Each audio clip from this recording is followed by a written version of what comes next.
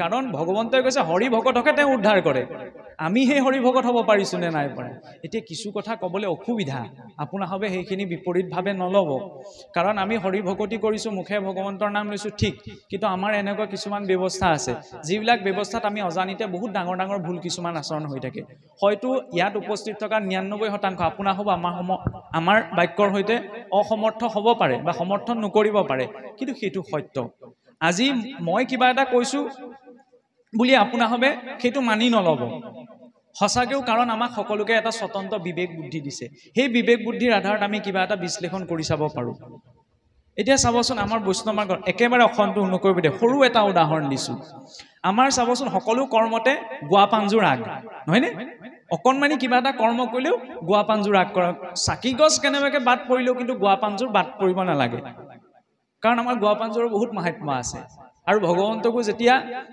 নৈবদ্যৰ ঠগীখন অৰ্পণ কৰা হয় তেতিয়া তামোল 4খনি কটা গুৱাও দিয়া হয় মুখশুদ্ধিৰ দ্ৰব্য এতিয়া সেই মুখশুদ্ধিৰ দ্ৰব্যখন তেতিয়াহে শুদ্ধ যেতিয়া তাত পানখিলা আছে আৰু তামোলৰ ফলটো আছে তাত অতি আমাৰ নিষিদ্ধ দ্ৰব্য এটা ভক্ষণ হৈ থাকে অসন্তোষ নকৰিব সাদা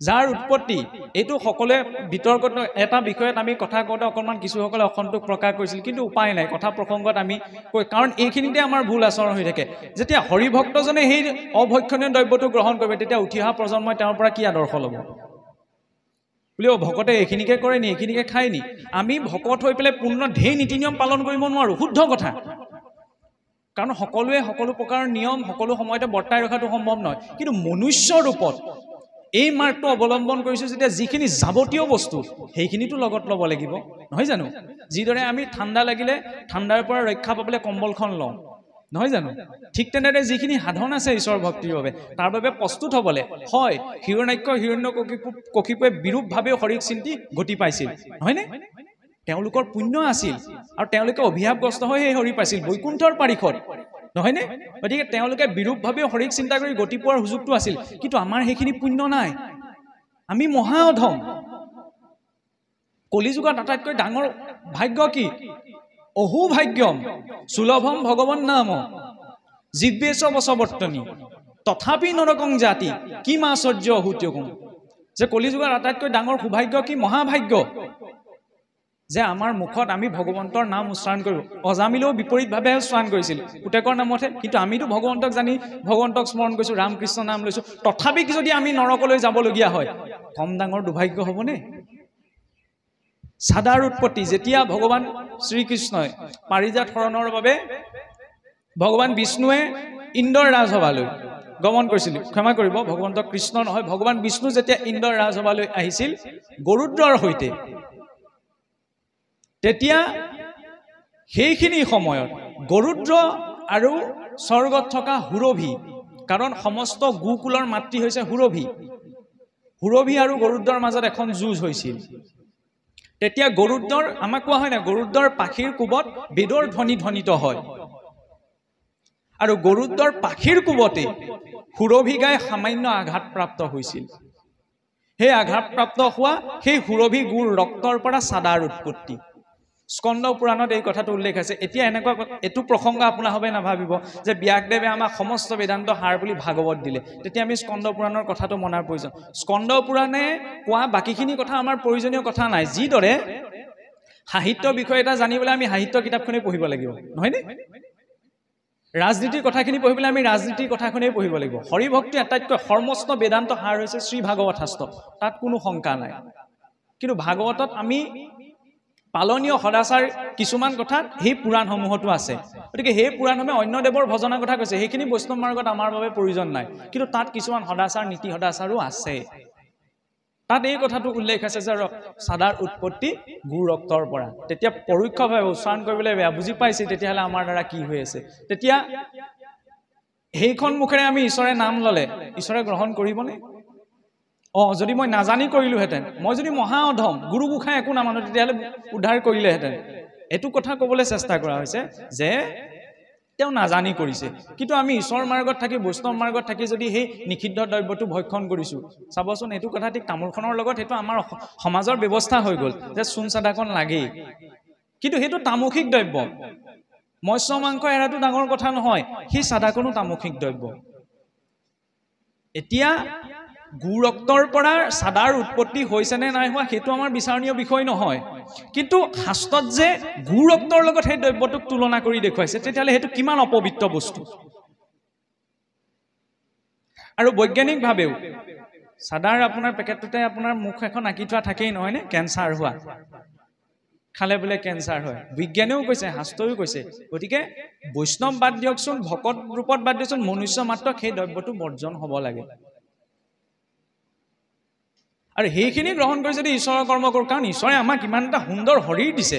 চাওকচোন, এইটো শৰীৰৰ কোনোবা অংশ দি ধোঁৱা ওলাই নি, ক'ৰবাত দি ধোঁৱা ওলাই নি, কিন্তু এইটো শৰীৰৰ কোনোবা অংশ দি যদি মই ধোঁৱা উলিয়াই আছোঁ, তেতিয়া ঈশ্বৰে বাৰু মোক ভাল পাবনে? যে এই শৰীৰটো কাৰ বাবে দিছোঁ আৰু এই শৰীৰটো কোন অংশ দি কি উলিয়াই কেনেকুৱা কৰ্মত আমি ব্ৰতী কৰাইছোঁ। ঈশ্বৰত এইখিনি এচিড ঈশ্বৰে আমাক পেটটোত ভৰাই দিছে নহয়নে, খোৱা বস্তুখিনি হজম হ'বলৈ। আৰু এচিডখিনি এনেকুৱাকৈ দিছে যাতে আপোনাৰ মোৰ পেটটো জ্বলা পোৰা নকৰে। কম ডাঙৰ কথা নে? ইভাগে যদি এচিড এটোপালো শৰীৰত পৰিবলৈ হয়, এইফালে ফুটা ওলাই যাব। এতিয়া এইখিনি এচিড কিয় দিছে? খোৱা দ্ৰব্যখিনি হজম হ'বলৈ।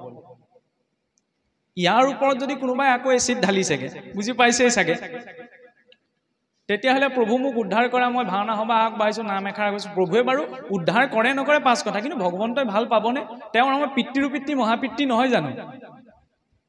গতিকে তেওঁৰ দৃষ্টিত আমি সম্পূৰ্ণ শুদ্ধ। আমি পুনশ্চ কৈছোঁ, আমি এইটো ক'ব বিচৰা নাই যে আমি সমস্ত একদম ধোঁৱা তুলসীৰ পাত হ'ব লাগিব, একদম থলুৱা ভাষাত কৈছোঁ আৰু। কিন্তু মানুহ হিচাপত যিখিনি এই মাৰ্গটোৰ সৈতে জড়িত যিখিনি যাৱতীয় নীতি সদাচাৰ, সেইখিনি আমাক লাগে। আচাৰহীন নপুনন্তি বেদা, আচাৰহীনজনক বেদেও শুচি কৰিব নোৱাৰে। আচাৰখিনি আমাক লাগিব। মহাদেৱৰ নামত, মহাদেৱৰ প্ৰসংগ ওলাই থাকোঁতে, কথা কৈ থাকোঁতে মনলৈ আহিছে, চাবচোন শিৱৰাত্ৰিৰ সময়ত ভাং খোৱা। এতিয়া ক'ব পাৰে মোৰ দেউতাইচোন, মোৰ আজু ককাই গোটেই বছৰ আপোনাৰ ভাং খাই থাকিল, তথাপি তেখেতৰ একো বেমাৰ নহ'ল। বেমাৰ নোহোৱাটো ডাঙৰ কথা নহয়, সেই দ্ৰব্যটো এই মাৰ্গত ভক্ষণীয় হয় নে নহয় সেইটোহে আচল কথা। যি মহাদেৱে কৈছে যে খাই বেঙ মদ ভাঙ ধতুৰাৰ গুটি, যেহেন বাতুল নৰ সদা ফুৰে ৰতি, যে বাতুল নৰ। এতিয়া সেই দ্ৰব্যটো ঈশ্বৰৰ নামত যদি যিজন মহাদেৱ চাওকচোন নিত্য নিৰন্তৰ ভগৱন্তৰ ধ্যানত বহি থাকে, সেইজন ভগৱন্ত বা সেইজন বৈষ্ণৱ শিৱই এই সংসাৰ, এই দুটকীয়া নিচাজাতীয় দ্ৰব্যটো গ্ৰহণ কৰিব জানো?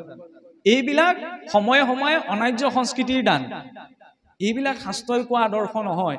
কাৰণ আজি গাঁওখনত যদি দুজনে যদি ভগৱান শিৱৰ নামত, শিৱৰাত্ৰিৰ নামত ভাং খায়, তেতিয়া উঠি অহা ডেকা ল'ৰা দুজনে যদি ভাং খায়, তেতিয়াহ'লে বাধা দিব নোৱাৰে, কেলে ভাং খাইছা বুলি।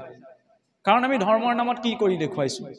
সেইকাৰণে এইখিনিতো অকণমান গুৰুত্ব এটা দিব লাগে। হয়, ভগৱন্তৰ নাম লৈছোঁ, ভগৱন্তই উদ্ধাৰ কৰিবই, কিন্তু এইটোতো নহয় যে যি নামত কৰে পাপ বুদ্ধি অষ্টাংগ যোগেও নাহিকে সিদ্ধি।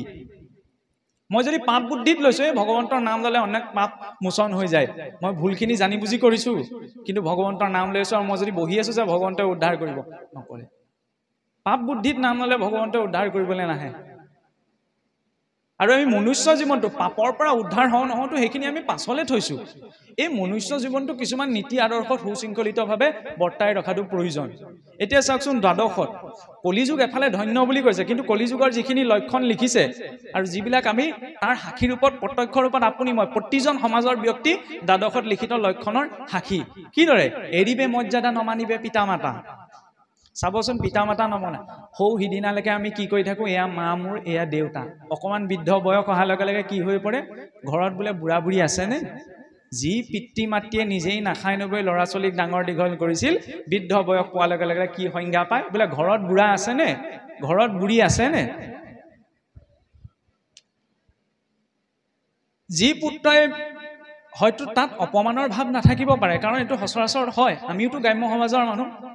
কেনেবাকৈ যদি কেঁচুৱাতে অকণমান এয়ে বুলি কয়, মাকে আপোনাৰ গোটেই সংসাৰখনৰ কথা পাহৰি কেঁচুৱাটোক কোচত তুলি লয়।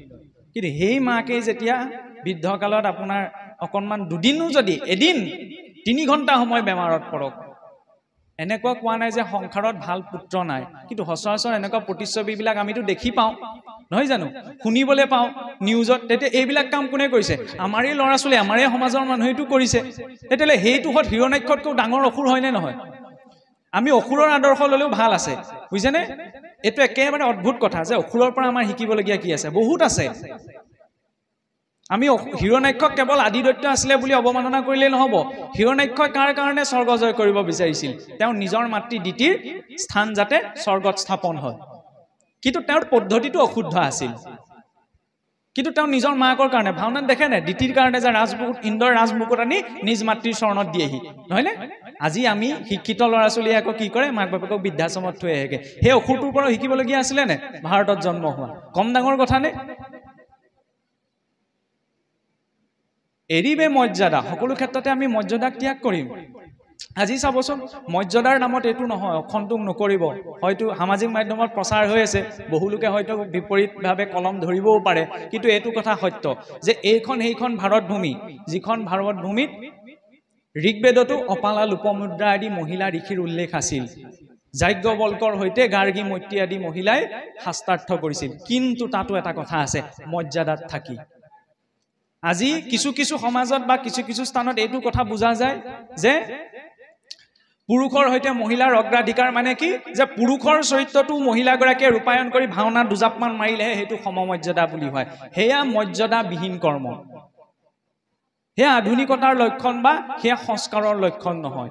এইটো কথা ঠিক যে আজি সমাজসমূহ পৰিৱৰ্তন হ'ল, সমাজত সকলোৱে চিন্তা শক্তি বাঢ়িলে বা সকলোৱে এটা সমাজ সংস্কাৰমুখী হ'ল। গতিকে মহিলাৰ চৰিত্ৰটো যদি গাঁৱতে মহিলা এগৰাকীয়ে বা স্ত্ৰী এগৰাকীয়ে ৰূপায়ণ কৰিছে, তাত হয়তো ক'বলগীয়া নাথাকে। কিন্তু পুৰুষৰ চৰিত্ৰটো মহিলাই গুৰু আসনৰ ভিতৰত সন্মুখত জাপ মাৰি প্ৰৱেশ কৰি ভাওনা কৰা বুজাব আৰু সেইটোকে যে নাৰীৰ সৈতে পুৰুষৰ সমানতা বুজাব, এই আদৰ্শটো কিন্তু ভুল। নাৰীগৰাকী যদি মৰ্যাদাপূৰ্ণভাৱে আগবাঢ়ে, তেতিয়া তেওঁ মালা বস্তু গ্ৰহণৰ বাবেও বোলে ব্যৱস্থা আছে, কিন্তু মৰ্যাদাত থাকি। যি সীতাই সোঁহাতে ধনু শৰধনু লাগি বাওঁ হাতে শৰধনু চফা কৰিছিল, এই ৰাৱণে সেই সীতাক কেনেকে দাঙি নিব পাৰিলে? দাঙিও নিয়া নাছিল, ৰাৱণে হৰণহে কৰি নিলে। তেতিয়াহ'লে সীতাৰতো শক্তি নথকা নহয়, সেই শৰধনুক ৰাৱণে দাঙিব নোৱাৰিলে, কিন্তু সীতাইতো সোঁহাতে দাঙি বাওঁ হাতে চফা কৰিছিলে। আমি কৈ থাকো যে লক্ষ্মণে আঁকিছিলে সেইডাল লক্ষ্মণ ৰেখা, নামটোহে লক্ষ্মণ ৰেখা। এই ৰেখাডালে কাক বুজাইছে? মৰ্যাদাক। যেতিয়ালৈকে মৰ্যাদাক পাৰ কৰি সীতা দেৱী অহা নাই, ৰাৱণে কিন্তু হৰণ কৰি নিব পৰা নাই।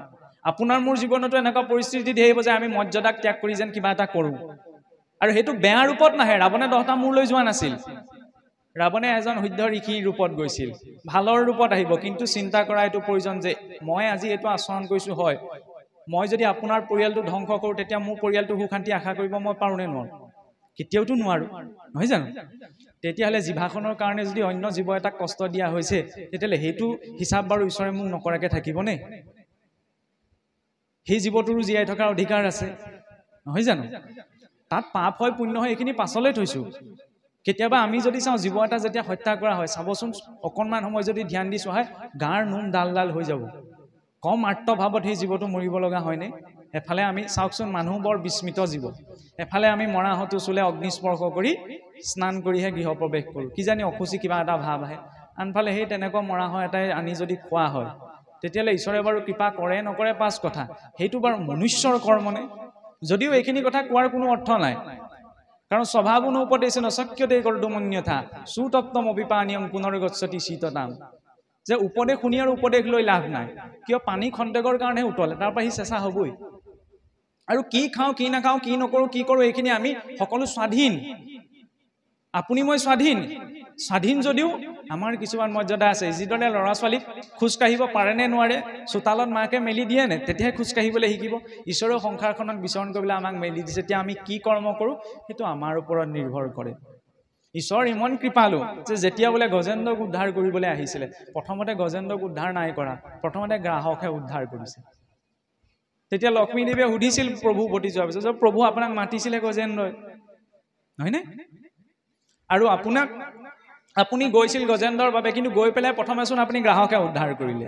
তেতিয়া ভগৱন্তই কৈছিল বোলে, সেই দেৱী চোৱা, যিজনে মোক স্মৰণ কৰিলে তেওঁকতো মই উদ্ধাৰ কৰিমেই, কিন্তু যিজনে মোৰ ভক্তৰ চৰণত ধৰিলে তেওঁক মই প্ৰথমে উদ্ধাৰ কৰিম। শুদ্ধ ভক্ত আমি সৎসংগ কৰি থাকোঁ। সৎসংগ মানে এনেকে নহয় যে এনেদৰে বহা সময়কণেই সৎসংগ। যেতিয়া ভাগৱত ভাগ মেলি লোৱা যায়, স্বয়ং আমি মহান মুনি শুকদেৱৰ সংগ লাভ নকৰোঁ জানো? কাৰণ ভাগৱতৰ কাৰ বাক্য? এই ভাগৱত কাৰ মুখে পালোঁ? শুকদেৱৰ নিজ মুখৰ বাক্য। গীতা ভাগ যেতিয়া মেলি লোৱা হয়, সাক্ষাৎ ভগৱন্ত কৃষ্ণৰ নিজ মুখৰ বাক্য। খালি আটাইতকৈ ডাঙৰ কথা কি জানেনে? আমি বিশ্বাসত নলওঁ। আমি আনক কওঁ যে বিশ্বাসে মিলয় হৰি তৰ্কে বহু দূৰ। কিন্তু মই সেই বিশ্বাস কৰিছো নে নাই কৰা কাৰণ ঈশ্বৰৰ সন্মুখলৈ মই যদি পুতনা হৈ যাওঁ ঈশ্বৰে মোক দেখিও চকু ঢাকি দিব পুতনাৰ অহুভাগ্য যিজনা ঈশ্বৰক পাবলৈ ঋষি মুনিসকলে অনন্ত কোটি জনম তপ ধৰি থাকে সেইজনা ঈশ্বৰ শিশুৰূপক পুতনাই নিজ কোলাত তুলি ল'বলৈ পাইছে কিন্তু সেইখিনিতে বোলে কি হ'ল যেই পুতনাই বোলে শিশু কৃষ্ণক কোলাত তুলি লৈছে শিশু কৃষ্ণই হাত দুখনে নিজৰ চকু দুটা ঢাকি দিছে বোলে কিয় সুন্দৰকৈ তাৰ ভাষ্য ভাগৱতত লিখা হৈছে কাৰণ পুতনাই নিজৰ স্বৰূপটো হলাই গৈছিল পুতনা আছিল ৰাক্ষসী কিন্তু গৈছিল এগৰাকী সুন্দৰ ভদ্ৰ সুখিলা নাৰী ৰূপত সেইবাবে ঈশ্বৰৰ সন্মুখলৈ মই আহিছো ভকত হয় কিন্তু মনত আছে কপটতা মই আপোনাৰ কিবা এটা দেখিছো মনটো জ্বলিছে তেতিয়ালে পুতনা মোৰ ভিতৰতে আছে আৰু মোক দেখিও ঈশ্বৰে নিজৰ চকু ঢাকি দিব নহলে দেখা যায় না আমাৰ ভাদ মাহত মহাপুৰুষৰ তিথি পৰে সেইকাৰণে ভাদ মাহত গোটেই মাহটো আমাৰ আধ্যাত্মিক অনুষ্ঠানে প্ৰতিখন গাঁৱৰ নামঘৰত সত্ৰানুষ্ঠানত হওক বা বিভিন্ন অনুষ্ঠানত সেই ভাদ মাহটো পালন কৰা হয়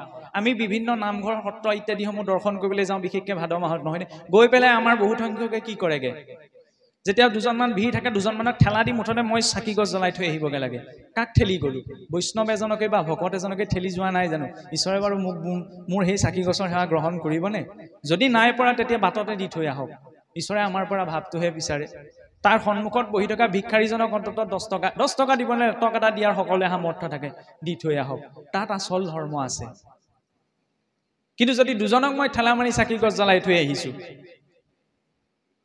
এফালে কৈছো আমি ঈশ্বৰ সমস্ততে আছে কিন্তু ঈশ্বৰৰ ঘৰখনতে যদি মই ভাবিছো নাস্তিকতকৈ আস্তিকতাত থাকি ঈশ্বৰক গ্ৰহণ কৰিব নোৱাৰা যেন আটাইতকৈ ডাঙৰ নাস্তিকজনে যিজনে নাস্তিক বুলি কয় সেইজনে ঈশ্বৰ নাই বুলি ভাবিছে কিন্তু মই আস্তিক মানে মই ঈশ্বৰ মানিছো ঈশ্বৰ আছে বুলি মানিছো কিন্তু সেইখন এখনত যে ঈশ্বৰ প্ৰতিষ্ঠিত আছে কিমান সতৰ্কতাৰে তেওঁ সন্মুখত মই বহিছো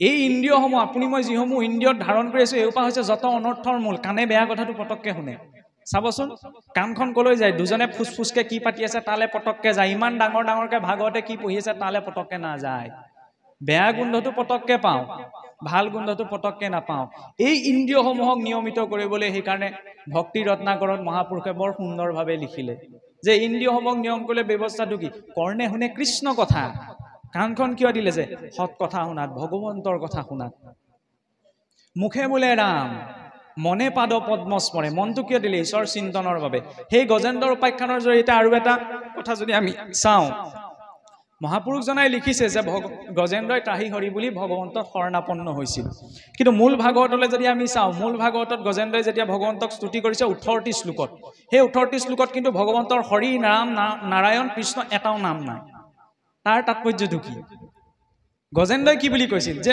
সকলো জীৱৰে অন্তঃকৰণত যিজন প্ৰতিষ্ঠিত হৈ আছে সেইজনেই মোক ৰক্ষা কৰকী সকলো দেৱী দেৱতা সকলোৰে শ্ৰেষ্ঠত যিজন আছে সেইজনে মোক ৰক্ষা কৰি প্ৰত্যক্ষৰ পৰা নাম উচ্চাৰণ হোৱা নাই কিন্তু চিন্তন ঈশ্বৰৰে হৈছে সেইকাৰণে শ্ৰৱণ কীৰ্তন শ্ৰেষ্ঠ কিন্তু শ্ৰৱণ কীৰ্তনৰ গুহাৰ্থ ক'ত প্ৰকাশ পাইছে স্মৰণ আৰু চিন্তনত আমি যে ভগৱন্তৰ নাম লৈছো যাতে অন্তিম সময়ত আমি ভগৱন্তক চিন্তা কৰি হৰিটো এৰিব পাৰো কাৰণ অন্তিম সময়ত যেনেকে হৰিৰ তং তমেৱতী সদাতদ ভাৱ ভাবিত যেনে ধৰণৰ ভাৱ ৰাখি আমি হৰিৰ তেনে ধৰণৰ ভাৱকে প্ৰাপ্ত কৰো অষ্টম স্কন্ধৰ জড়ভৰত তাৰ উদাহৰণ পৰম বিৰক্ত আছিল কিন্তু অন্তিম সময়ত হৰিণা পোৱালি এটা মোহত আসক্ত হৈ গ'ল পিছত হৰিণ ৰূপত জন্ম লাভ কৰিব লগা হ'ল তেতিয়ালে মই ধন হুন পুত্ৰ ভাজ্যা বুলি যদি মৰিবলৈ হয় তেতিয়ালে মোৰ গতি কি হ'ব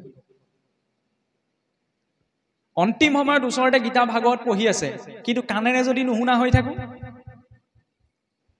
গাঁৱৰ ভকতসকলে আহি কাণত ভগৱন্তৰ নামটো ল'বলৈ মনত পেলাই দিছে বোলে ৰাম বুলি কোৱা কৃষ্ণ বুলি কোৱা কিন্তু যদি মই মুখেৰে ক'ব নোৱাৰা হৈ থাকো কাণেৰে নুশুনা হৈ থাকো তেতিয়াহ'লে কেনেকে ভগৱন্তক সেইখিনি সময়ত মনত স্মৰণ আৰু চিন্তন লাগিব প্ৰত্যক্ষ ৰূপত ভক্তিৰ এটা স্তৰটো এইটোও কোৱা হৈছে প্ৰত্যক্ষ ৰূপত যদি নাম মুখেৰে উচ্চাৰণ হোৱা নাই কিন্তু মনত যদি চিন্তন হৈ আছে তেতিয়া ভগৱন্তৰ সমান কাৰণ কংসই কৃষ্ণৰ নাম নলৈছিল ভয়তে কিন্তু বৈখন্তে উঠন্তে ভুঞ্জন্তে ভ্ৰমন্তে কৃষ্ণক চিন্তে সদায় সকলে জগত হৰিময় দেখে সুখ শান্তি খাবলৈ বহে কৃষ্ণই মাৰিবলৈ আহিছে বুলিয়ে দেখে কেনিবা অকণ ওলাই যে কৃষ্ণই মাৰিবলৈ আহিছে বুলি দেখে ইমান ভয় কৃষ্ণৰ প্ৰতি সেই কৃষ্ণক চিন্তা কৰি থাকোঁতে অন্তিম সময়ত বোলে কৃষ্ণৰ স্বৰূপ গতি পালে আমি এতিয়া নাম লৈছো প্ৰাথমিক স্তৰত আমি মুখেৰে ভগৱন্তৰ নাম লওঁ দ্বিতীয়টি স্তৰত নাম লওঁতে কৃষ্ণৰ স্বৰূপটো মনলৈ আহিব লাগিব সঁচাকৈ নাম ল'ব পাৰিছো নে নাই হয় নিজকে চাবও লাগিব খুন্দাটো খাওঁতে কি ওলাইছে মুখৰ পৰা উজুতিটো খাওঁতে কি ওলাইছে খুন্দা উজুতি খাওঁতে যদি বেলেগ কিবা এটা ওলাইছে জানক আৰু যিখন কৰি আছো এখন চব ভেকু ভাওনা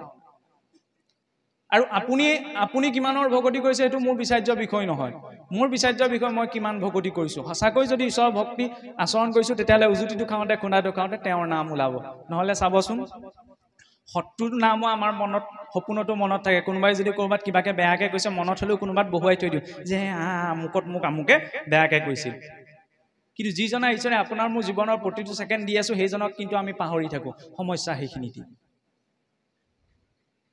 কলিযুগৰ বাবে আটাইতকৈ উত্তম ব্যৱস্থাটো কি আমি চিন্তনৰ জৰিয়তে তেওঁক প্ৰাপ্ত কৰিব পাৰোঁ কাৰণ যাৰ স্বৰূপ চিন্তন কৰি থাকে যেনেকৈ ভগৱন্ত কৃষ্ণৰ স্বৰূপটো চাওকচোন আমি নাজানো ভাগৱত এনেই পাতোতে চাবচোন আমাৰ 16 গছ 32 গছ বন্তি জ্বলোৱা হয় ভাগৱতৰ বেদীখন যেতিয়া স্থাপন কৰা হয় তাত শংখ চক্ৰ গদা পদ্ম এইবিলাক ধুনীয়া লাগিবলৈ সৃষ্টি কৰা পৰিৱেশ নহয় তাত এটা দৰ্শন আছে যে ভগৱন্তৰ স্থান কি মণিকূট গৃহত নহয়নে বৈকুণ্ঠ স্বৰূপ হৈছে মণিকূট গৃহভাগ সেই মণিকূট গৃহৰ পৰা ভগৱন্তক ভক্ত সমাজলৈ নমাই অনা হৈছে ভগৱন্তৰ 32 প্ৰকাৰৰ অলংকাৰ আছে সেইকাৰণে 16 গছ 32 গছ বন্তি আমাৰ জ্বলোৱাৰ ব্যৱস্থা আছে যাতে পৰিৱেশ এটা নিৰ্মাণ হয় কিন্তু এটা কথা বাহিৰৰ পৰিৱেশটো নষ্ট কৰিব পাৰি কিন্তু অন্তৰৰ পৰিৱেশটো নষ্ট কৰিব নোৱাৰি আমি কওঁ যে আজিকালি ইমান কথা ভাবি থাকিবলৈ আজিকালি পৰিৱেশ নাই পৰিৱেশ আছে আমি বহুত ভাল পৰিৱেশত আছো কাৰণ পৰিৱেশটো নাছিল ভক্ত প্ৰহ্লাদৰ 5 বছৰীয়া শিশু দৈত্য ৰাজ্যত আছিল কোনেও ঈশ্বৰৰ নাম নলৈও নুশুনে কিন্তু তাতো সেই 5 বছৰীয়া শিশুটিয়ে আমাক শিকাই থৈ গ'ল যে ঈশ্বৰক কেনেদৰে চিন্তন কৰিব লাগে কিন্তু আমিতো পৰিৱেশ পাইছো মহাপুৰুষে আমাক নামঘৰ দিলে শাস্ত্ৰ দিলে গৃহে গৃহে তাৰ পাছতো যদি আমি এইখিনি কথা যিখিনি ত্যাগ কৰিবলৈ গ'লে সেইখিনি এৰিব পৰা নাই তেতিয়াহ'লে কিন্তু আমাৰ জৰিয়তে একো গতি পোৱা সম্ভৱ নহয় সেইকাৰণে যিখিনি বৰ্জনীয় সেইখিনি বৰ্জন কৰিব লাগিব ধ্ৰুৱ সত্য মই জানি বুজি ভুলটো কৰি থাকিম ঈশ্বৰে মোক উদ্ধাৰ কৰিবলৈ আহিব সেইটো কোনো হ'ব নোৱাৰে আজি ডাঠি পেলাই আমি এই কথা ক'ব পাৰোঁ এই যি মাধুৰ্য কিয়াত বহি আপোনালোকে সন্মুখত দেখি আছে ঈশ্বৰে যদি কৰে আৰু চাগে 10-20 বছৰ 50 বছৰ জীয়াই থাকিম নহয় জীয়াই থকাৰ পাছত কাৰণ আপোনালোকে বৰ বেছি দূৰৰ মানুহ নহয় যোৰহাট জিলাৰ শিৱসাগৰলৈ আমাৰ আটাইতকৈ ওচৰ হয় ব্যক্তিগত কথাটো কৈছো আৰু কেনেবাকে যদি অনাগত দিনত কৰবাত যদি কেনেবাকে অধম মৃত্যু প্ৰাপ্ত কৰবাত বোলে খোলাকে কৈছো যদিও আমি এইবিলাক কথা ক'লে অশুভ বুলি কওঁ কেনেবাকে যদি আওমৰণে মৰিবলৈ হয় তেতিয়াহ'লে জানিব এই মাধুৰ্যই ইমান